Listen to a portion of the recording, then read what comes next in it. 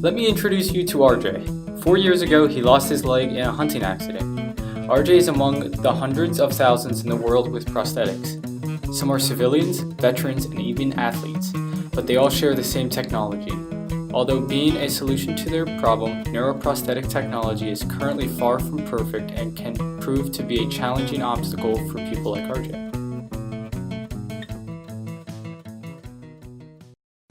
In which ways would you improve your prosthetic leg to improve your quality of life?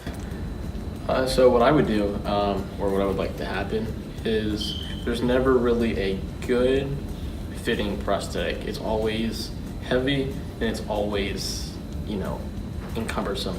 So obviously they have lock and pin and suction, and right now I have a suction socket, so it's held on by a vacuum, but it's still not like a normal leg would be. So what I would do is just try to find a way to make it more easily accessible when it comes to putting it on underneath clothes, and overall just having a good fit. Are there any technologies now that you can implement this? Yes, there are. So it's called osseointegration. It's essentially where they drill your femur all the way up to your hip, and they shove a titanium rod up all the way to your hip. And then at the end of your residual limb, they have the same kind of port as I have right here, where they just attach the prosthetic leg, so you don't have this socket. It's essentially just your leg, a pole, and then the leg, and then the prosthetic leg.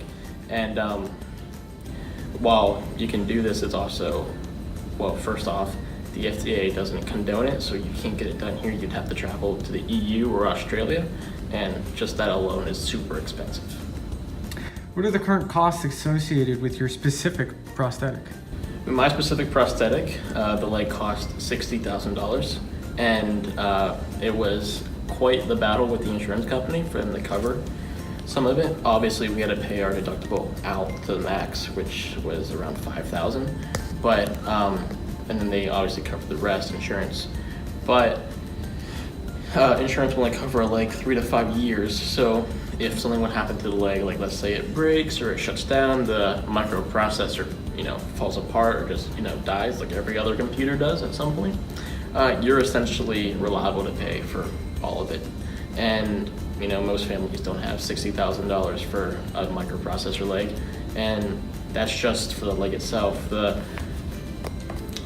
sockets insurance pays one for give or take 6 months, and if you need more than that, it's very hard to convince them.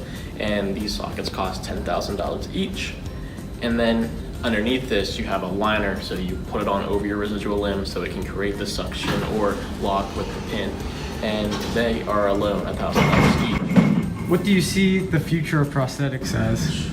I see the future of prosthetics as becoming a very interesting sphere.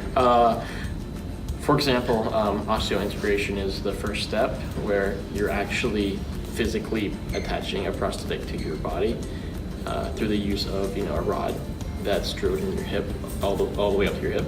And I know a few people who have had this done, and they say it's the most realistic thing as it can get to getting to a new leg, as if you were never injured.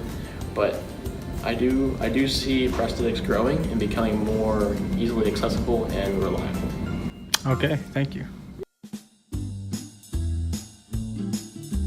The evolution of prosthetics has evolved slowly through time.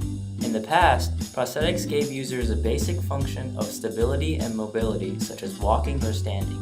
The earliest known prosthetic was discovered to be of an Egyptian mummy at around 900 BCE using wood and leather. In 1400, iron and steel was used for prosthetics. In 1900s, artificial material had been started to be used. Using prosthetics through the use of your mind is one of the major progresses of the 21st century. There have been some major changes to prosthetics till date, and it is still progressing at a great rate.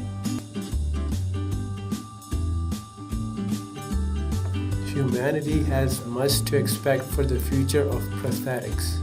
Excitedly, for people like RJ, the emergence of neuroprosthetics will prove to be a welcoming upgrade.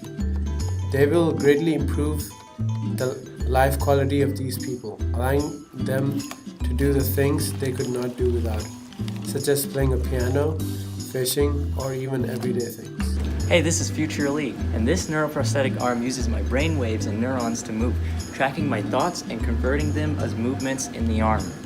I can also feel whether an object is hot or cold with the use of this technology. It is also made from metal, making it durable. Of course, there are bound to be ethical issues coupled with the use of prosthetics in the future. As prosthetics become ever so technologically advanced, who's to say that in the future our natural limbs would be regarded as a detriment? Perhaps people might start to replace their natural limbs just to gain an advantage of using prosthetics. Even though there is no law in place for such acts, it may very well happen in the near future.